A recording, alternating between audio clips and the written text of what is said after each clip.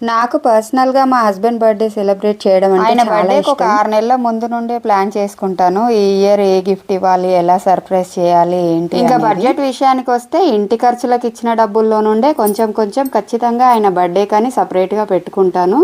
So year అంతా అయిన దాంట్లో నా బడ్జెట్‌కి సరిపడా నాకు ఎంత వీలైతే దాంట్లో ఏదో ఒక చిన్న అందులో గిఫ్ట్ గోల్డ్ అయినా రింగ్ దగ్గర ఇప్పిస్తాను. నుండి 500 రూపీస్ షర్ట్ వరకు అన్నీ ఉన్నాయి. బడ్జెట్ ప్లానింగ్ నాదే అయినా దాన్ని అమల్లో చేయడానికి మాత్రం మా తమ్ముళ్ళు చాలా బాగా హెల్ప్ చేస్తారు. ఎవ్రీ ఇయర్ లాగానే ఈ ఇయర్ కూడా ఆయన బర్త్డేకి ఒక ప్లాన్ చేశాను. బట్ అనుకోకుండా మా మామయ్య గారు రీసెంట్గానే చనిపోయారు.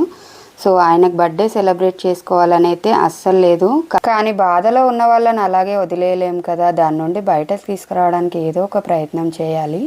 అందుకే సింపుల్గా అయినా బర్త్డే సెలబ్రేట్ చేయాలి అనుకున్నాను. ముందు రోజే మా తమ్ముడితో డ్రెస్ తెప్పించాను. ఇంకా ఆ రోజు నైట్ వాడితో వెళ్ళి కేక్ కూడా తీసుకొచ్చి ఫ్రిడ్జ్లో పెట్టేశాను.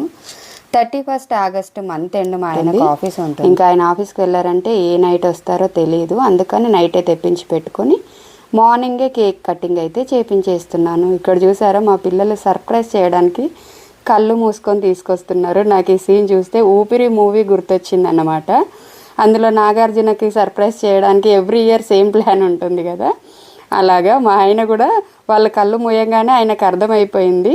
ఆయన కూడా ఏం తెలియనట్టు వావ్ సర్ప్రైజ్ అని చెప్పి సర్ప్రైజ్ అయినట్టు ఫీల్ అవుతున్నారు. ఇంక ఇక్కడ మా పిల్లలైతే మా హస్బెండ్ది మా మామయ్యది కలిసి ఉన్న ఫోటోని డ్రాయింగ్ చేసి ఆయనకి బర్త్డే గిఫ్ట్ ఇచ్చారన్నమాట. వాళ్ళు ఇచ్చిన గిఫ్ట్ అయితే తీసుకున్నాడు. మరి నేను తీసుకొచ్చిన డ్రెస్ వేసుకుంటారా, కేక్ కటింగ్ చేశారా లేదా అన్నది నెక్స్ట్ వీడియోలో చెప్తాను. కంటిన్యూషన్ నెక్స్ట్ వ్లాగ్ మిస్ అవ్వకుండా చూడండి.